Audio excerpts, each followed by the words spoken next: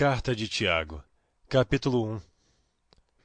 Tiago, servo de Deus e do Senhor Jesus Cristo, às 12 tribos que andam dispersas, saúde.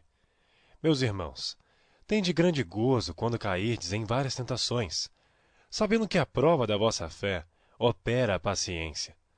Tenha, porém, a paciência a sua obra perfeita, para que sejais perfeitos e completos, sem faltar em coisa alguma. E se algum de vós tem falta de sabedoria, peça a Deus, que a todos dá liberalmente, e o não lança em rosto, e ser-lhe-á dada. Peça-a, porém, com fé, em nada duvidando, porque o que duvida é semelhante à onda do mar, que é levada pelo vento e lançada de uma para outra parte. Não pense tal homem que receberá do Senhor alguma coisa. O homem de coração dobre é inconstante em todos os seus caminhos. Mas glorie-se o irmão abatido na sua exaltação, e o rico em seu abatimento, porque ele passará como a flor da erva. Porque sai o sol com ardor, e a erva seca, e a sua flor cai, e a formosa aparência do seu aspecto perece. Assim se murchará também o rico em seus caminhos. Bem-aventurado o homem que suporta a tentação, porque quando for provado, receberá a coroa da vida, a qual o Senhor tem prometido aos que o amam. Ninguém sendo tentado diga, de Deus sou tentado, porque Deus não pode ser tentado pelo mal, e a ninguém tenta. Mas cada um é tentado, quando atraído e engodado pela sua própria concupiscência. Depois, havendo a concupiscência concebido, dá à luz o pecado, e o pecado, sendo consumado, gera a morte. Não erreis, meus amados irmãos. Toda boa dádiva e todo dom perfeito vem do alto, descendo do Pai das luzes, em quem não há mudança nem sombra de variação. Segundo a sua vontade, ele nos gerou pela palavra da verdade, para que fôssemos como primícias das suas criaturas. Portanto, meus amados irmãos, todo homem seja pronto para ouvir, tardio para falar, tardio para se irar, porque a ira do homem não opera a justiça de Deus. Por isso, rejeitando toda a imundícia e superfluidade de malícia, recebei com mansidão a palavra em vós enxertada, a qual pode salvar as vossas almas. E sede cumpridores da palavra, e não somente ouvintes, enganando-vos com falsos discursos. Porque se alguém é ouvinte da palavra e não cumpridor, é semelhante a um homem que contempla ao espelho seu rosto natural. Porque se contempla a si mesmo, e vai-se e logo se esquece de como era. Aquele, porém, que atenta bem para a lei perfeita da liberdade, e nisso persevera, não sendo ouvinte esquecidiço, mas fazedor da obra, este tal será bem-aventurado no seu feito. Se alguém entre vós cuida ser religioso, e não refreia a sua língua, antes engana o seu coração, a religião desse é vã. A religião pura e imaculada para com Deus, o Pai, é esta: visitar os órfãos e as viúvas nas suas tribulações, e guardar-se da corrupção do mundo. Capítulo 2. Meus irmãos, não tenhais a fé de nosso Senhor Jesus Cristo, Senhor da glória, em acepção de pessoas. Porque se no vosso ajuntamento entrar algum homem com anel de ouro no dedo, com trajes preciosos, e entrar também algum pobre, com sórdido traje, e atentardes para o que traz o traje precioso, lhe disserdes, assenta-te tu aqui num lugar de honra, e disserdes ao pobre, tu, fica aí em pé, ou assenta-te abaixo do meu estrado. Porventura não fizeste distinção entre vós mesmos, e não vos fizeste juízes de maus pensamentos? Ouvi, meus amados irmãos. Porventura não escolheu Deus aos pobres deste mundo para serem ricos na fé e herdeiros do reino que prometeu aos que o amam? Mas vós desonrastes o pobre. Porventura não vos oprimem os ricos, e não vos arrastam aos tribunais? Porventura não blasfemam eles o bom nome que sobre vós foi invocado? Todavia, se cumprirdes conforme a Escritura, a lei real, amarás a teu próximo como a ti mesmo, bem fazeis. Mas, se fazeis acepção de pessoas, cometeis pecado, e sois redarguidos pela lei como transgressores. Porque qualquer que guardar toda a lei e tropeçar em um só ponto, tornou-se culpado de todos. Porque aquele que disse, Não cometerás adultério? Também disse: não matarás. Se tu, pois, não cometeres adultério, mas matares, estás feito transgressor da lei. Assim falai e assim procedei, como devendo ser julgados pela lei da liberdade. Porque o juízo será sem misericórdia sobre aquele que não fez misericórdia, e a misericórdia triunfa do juízo. Meus irmãos, que aproveita se alguém disser que tem fé e não tiver as obras? Porventura a fé pode salvá-lo? E se o irmão ou a irmã estiverem nus, e tiverem falta de mantimento cotidiano, e algum de vós lhes disser: ide em paz, aquentai-vos e fartai-vos, e não lhes derdes as coisas necessárias para o corpo, que proveito virá daí? Assim também a fé, se não tiver as obras, é morta em si mesma.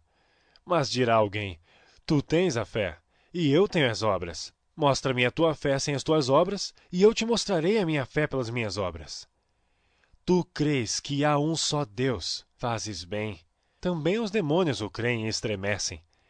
Mas, ó homem vão, queres tu saber que a fé sem as obras é morta? Porventura o nosso pai Abraão não foi justificado pelas obras, quando ofereceu sobre o altar o seu filho Isaque? Bem vês que a fé cooperou com as suas obras, e que pelas obras a fé foi aperfeiçoada. E cumpriu-se a escritura que diz: e creu Abraão em Deus, e foi-lhe isso imputado como justiça, e foi chamado amigo de Deus.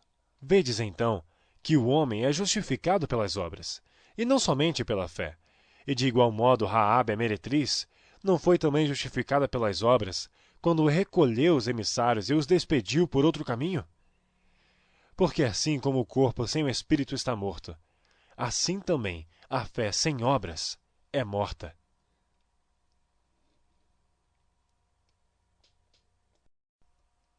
Capítulo 3. Meus irmãos, muitos de vós não sejam mestres, sabendo que receberemos mais duro juízo, porque todos tropeçamos em muitas coisas. Se alguém não tropeça em palavra, o tal é perfeito, e poderoso para também refrear todo o corpo. Ora, nós pomos freio nas bocas dos cavalos, para que nos obedeçam, e conseguimos dirigir todo o seu corpo. Vede também as naus, que sendo tão grandes e levadas de impetuosos ventos, se viram com um bem pequeno leme, para onde quer a vontade daquele que os governa. Assim também a língua é um pequeno membro, e gloria-se de grandes coisas. Vede com grande bosque um pequeno fogo incendeia. A língua também é um fogo, como um mundo de iniquidade. A língua está posta entre os nossos membros, e contamina todo o corpo, e inflama o curso da natureza, e é inflamada pelo inferno. Porque toda a natureza, tanto de bestas feras, como de aves, tanto de répteis como de animais do mar, se amansa e foi domada pela natureza humana. Mas nenhum homem pode domar a língua. É um mal que não se pode refrear. Está cheia de peçonha mortal. Com ela bendizemos a Deus e Pai, e com ela amaldiçoamos os homens, feitos à semelhança de Deus. De uma mesma boca procede bênção e maldição. Meus irmãos, não convém que isto se faça assim. Porventura deita alguma fonte de um mesmo manancial água doce e água amargosa? Meus irmãos, pode também a figueira produzir azeitonas, ou a videira figos? Assim tampouco pode uma fonte dar água salgada e doce. Quem dentre vós é sábio e entendido? Mostre pelo seu bom trato as suas obras em mansidão de sabedoria. Mas se tendes amarga inveja e sentimento faccioso em vosso coração, não vos glorieis nem mentais contra a verdade. Essa não é a sabedoria que vem do alto, mas é terrena, animal e diabólica.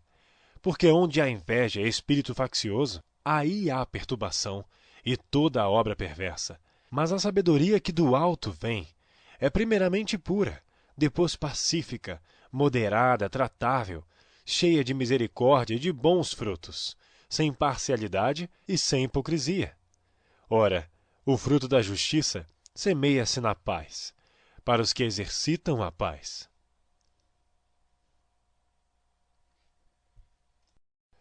Capítulo 4.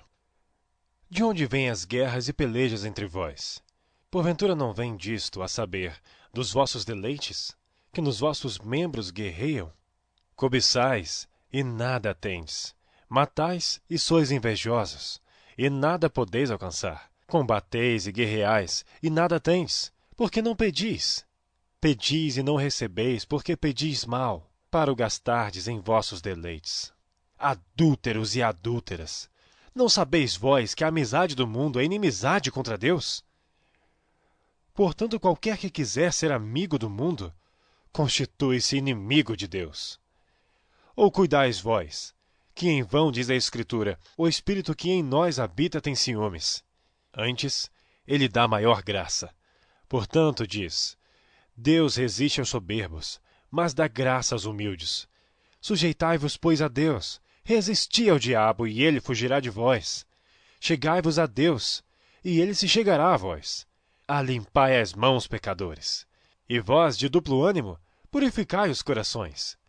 Senti as vossas misérias, e lamentai e chorai. Converta-se o vosso riso em pranto, e o vosso gozo em tristeza.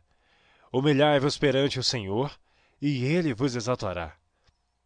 Irmãos, não faleis mal uns dos outros. Quem fala mal de um irmão, e julga seu irmão, fala mal da lei e julga a lei. E se tu julgas a lei, já não és observador da lei, mas juiz. Há só um legislador que pode salvar e destruir. Tu, porém, quem és que julgas a outrem? E agora vós, que dizeis? Hoje ou amanhã iremos a tal cidade e lá passaremos um ano, e contrataremos e ganharemos.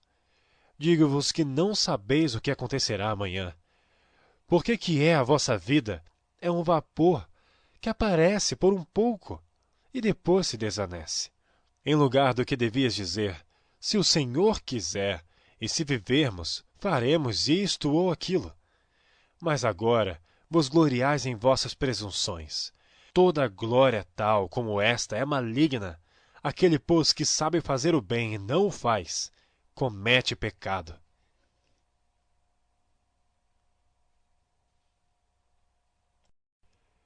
Capítulo 5. Eia, pois, agora vós, ricos, chorai e pranteai por vossas misérias, que sobre vós hão de vir.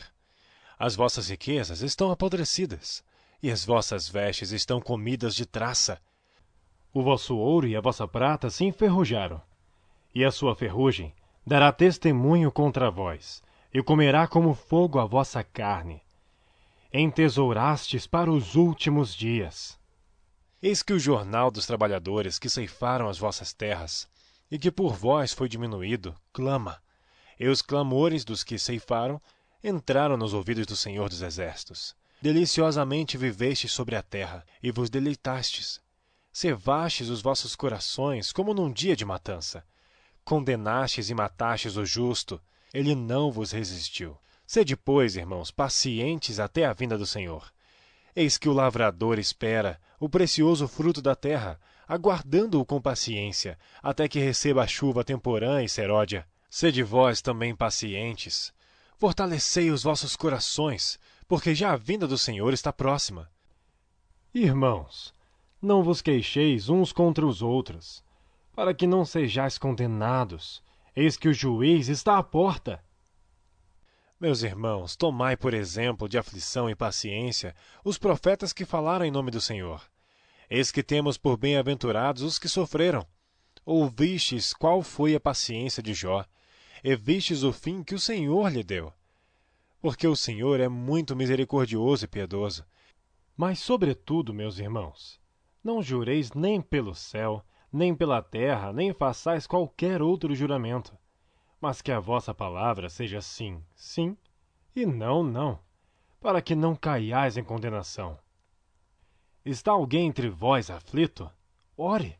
Está alguém contente? Cante louvores. Está alguém entre vós doente? Chame os presbíteros da igreja e orem sobre ele, ungindo-o com azeite em nome do Senhor. E a oração da fé salvará o doente, e o Senhor o levantará. E se houver cometido pecados, ser-lhe-ão perdoados. Confessai as vossas culpas uns aos outros, e orai uns pelos outros para que sareis. A oração feita por um justo pode muito em seus efeitos. Elias era homem sujeito às mesmas paixões que nós, e orando, pediu que não chovesse, e por 3 anos e 6 meses não choveu sobre a terra, e orou outra vez, e o céu deu chuva, e a terra produziu o seu fruto. Irmãos, se algum dentre vós se tem desviado da verdade, e alguém o converter, saiba que aquele que fizer converter do erro do seu caminho um pecador, salvará da morte uma alma, e cobrirá uma multidão de pecados.